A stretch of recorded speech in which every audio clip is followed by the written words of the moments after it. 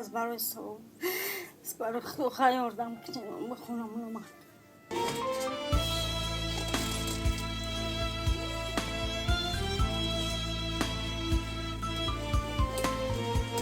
به خاطر پدر و مادر نه، به خاطر دو تمایبه که در خانه هم قضای حاجت میکنن، هم بیرون برآمدشون کنه که همه کارا که میکنن. مادر عزیز، مردم قزلسو میدونن که حقیقتا در خانه شما دو اندیوایت پسرتون به همین حال، دخترتون به این حال. همه میجا خوبیم میچکم توورا و ستیلم خیلی میموندیم هر سو. باز دوستان عزیز، هر کسی که در پخش مستقیم 200-300 نفری هستین، پروست یک لایک اوجه بدرو در ویدیو 4-5 کامنتر بنویس که موتیویت شوه دیگرو ببینن مادر عزیز دستگیر کنن.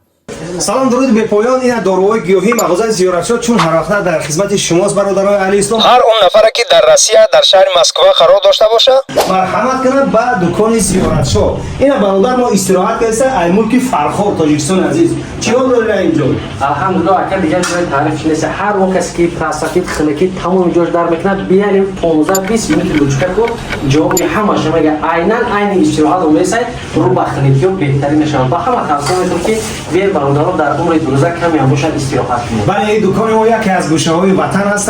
هر او هموطنی که میباید جان و جگر ما هست. بلکه کلید نه مهمان جان ما هست. مغازه زیارتشاه چون هر وقت در خدمت شماست برادرای اهل اسلام. سلام علیکم و رحمت الله. خدا یار و مددگارتون. روزا کاری مادر.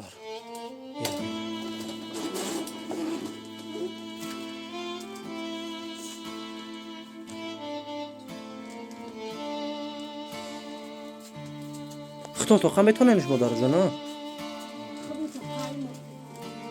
همه وقت ها؟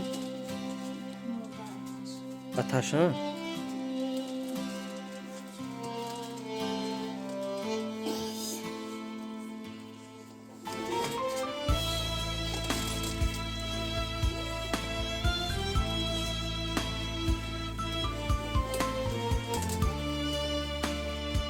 این دوستان عزیز، هر روز کاری مادر انم خیلی برآوردنه.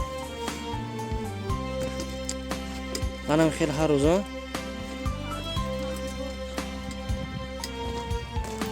اینجا جای برین نشه ها. السلام علیکم دوستان و هواداران سامرای رحیم پروداکشن. دوستان عزیز، امیدوار هستم تنسیت خانواده هستین. خداوند نگهبان هر یک ما و شما باشد. امروز حضور داریم در ناحیه فرخار در طرف قزلسو. با دیدار بینی یک برادر عزیز، یک خواهر عزیز، یک عائله اومدیم که به نهایت بر دستگیری ما و شما نیاز دارند. دوستان عزیز، در این خانه دو اندیولید قرار داره. شنیدن که بود مانند دیدن حاضر میریم با چشم خودمون میبینیم. در این پرای میبینیم خانه‌ای که طول چندین سال در انمی خانه زندگی دارند تا حاضر. این خانه‌ای که میبینیم با دستگیری صاحبکارش دیگه برادرای فرخار هست، نفرایی که در کار خیر شریکن، همه چیز جمع کردن تا همینجاش آوردن. بعد نفری که گفت کریش شم میزنم متاسفانه با بعضی سبب ها نتونست که همه کار کنه. امروز از همه شما احترامانه خواهش میکنم که نوارد لایک کامنتر مون بیان ای احوال مادر عزیز با خبر شین. پیش ای برف و بارانگری زمستان نقشه داریم که کریش انم خانه را محکم کنیم. به خاطر پدر و مادر نه، به خاطر دو تمایبه که در خانه هم قضای حاجت میکنن، هم بیرون برآمدشون کنه که همه کارا که میکنن. مادر عزیز بیان میریم خدمت میبینیم. انا اینجا دوستان عزیز منزل زیستای. اینا نگاه کنیم که در دم داره، بالا کریش نداره، فقط خاک در بالاش محکم کردگن. درون بیاین. اینا دوستان عزیز بیاین. اینا اینجا یک خونه چای. اینجا سلام علیکم مادر جان. بیا مادر جان کجا؟ اینجا اینا خونه دیگری. تو جایی که ما میبینیم اینجا اوم بچه همش انم خیل چیزی که ایونه دیگر حجت به بیانش نیست. مادر جان سلامتی و خوبان.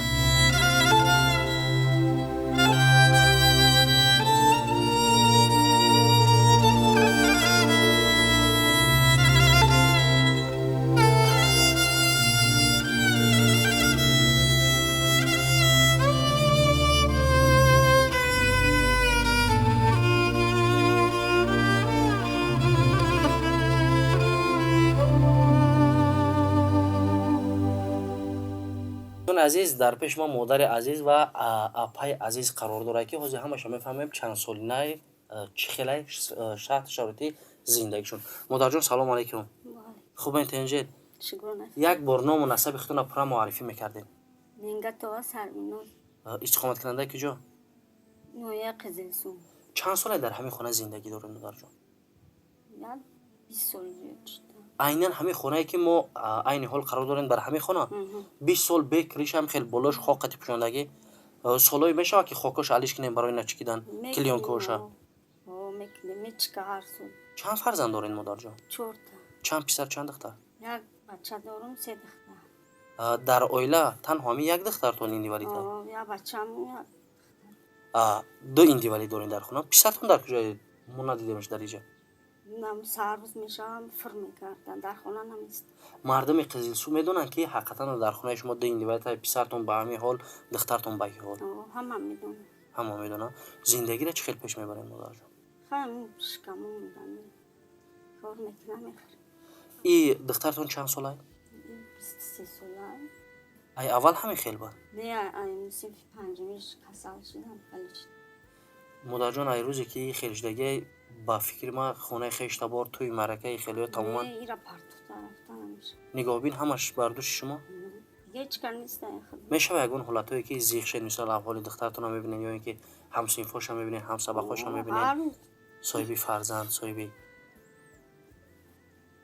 میان یگون وقت هم صنفاش دوگانواش میان یگون وقت پیش خبر گیری نمیان نه همه شختون نکنه مادر جان درون بیرن رفتن اومدن شد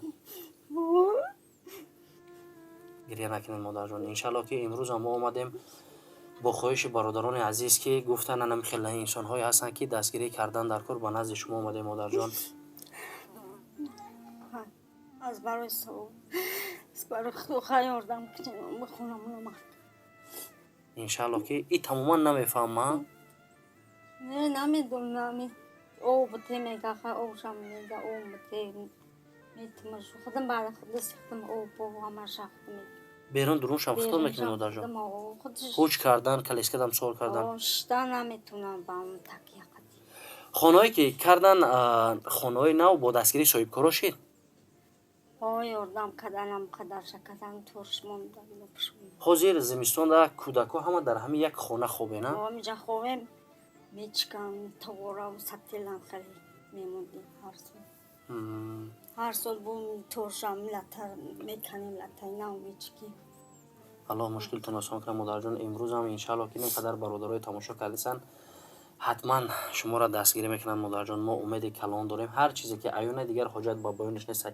خانه دارن اعصابی نه کوشش ما به خاطر که به خاطر همه ایندیوالید که یک آبازیش میدونن یک درون بیرون کردن همش آسان شوه مادر جان در نام ختون یگان کارت داره که این مینا مردم زنگ زنه مثال فرزند شما را بینه همراه شما صحبت کنه در کارت شما پول گذارونه شام بیسکی داریم کنی کارتتون در کجای این در نام نسب ختونه چه نام نسبتون منگتو سروینوز سروینوز در کدام نامی رو پیوسته کرده 906 44 50 40 906 44 50 40 همین نمر در زنگ زنن واتساپ دارین همراه فرزند ها گپ زنن همراه شما بینن که کارت من نیست نمبر تلفن من نیست میتونن زنگ زنن کار میکنن دوستان عزیز کارت مادر عزیز هر کسی که هنر توانایی داره بیا ای پیش بین پراویر که بسنج اینا 97 62 00 00 93 63 73 52 یک کارت داره دشان بیستی کارت مادر عزیز با این خاطر دوستان عزیز از همه احترام را خواهش میکنم کسانی که کمک کردن میتونن در ویدیو لایک کامنتر مونه که دیگر نفرا ببینن بعد مادر عزیز برسه در پیش اومد زمستونه یا در یک زندگی میکنن کم ترقی نه که مثال خواهر بیرون ببره آبازی بدون یا اینکه غذای حاجت هر آن چیزی که باشه در اونجا خانه‌ای که هستن در دونو بنیه همشه در دونو کردگان برای که برای همه ایندیوالتو مادر سر خاک خودش باشه در تمام جاش میکنه لیک به خاطر فرزند قینای به خدا قسم به نهایت قینای درد کسلی داره انم خود کسلی دار میفهمم با هم خاطر از ما ایتن مادر یگان چیز گفتن نمیتونه برای که روزی که مادر میگذارن ما یک ساعت در نزد مادر مهمونم دیدگیم 24 23 ساعت دیگه خودش میدونه و خدای طوری سرش با همین خاطر از شما فقط یک دستگیری هر کسی که میتونه خوب میشه نمیتونین در حقش دعا کنین و مادر جان ان شاء الله بهترین میشه شما مادر جان پس یعنی در همینجا زندگی میکنه یکی ما بوده یگان صاحب کار یگان اوزقه و روزگار چیه که در زندگی باشه بیاره افتاتون میتونن ها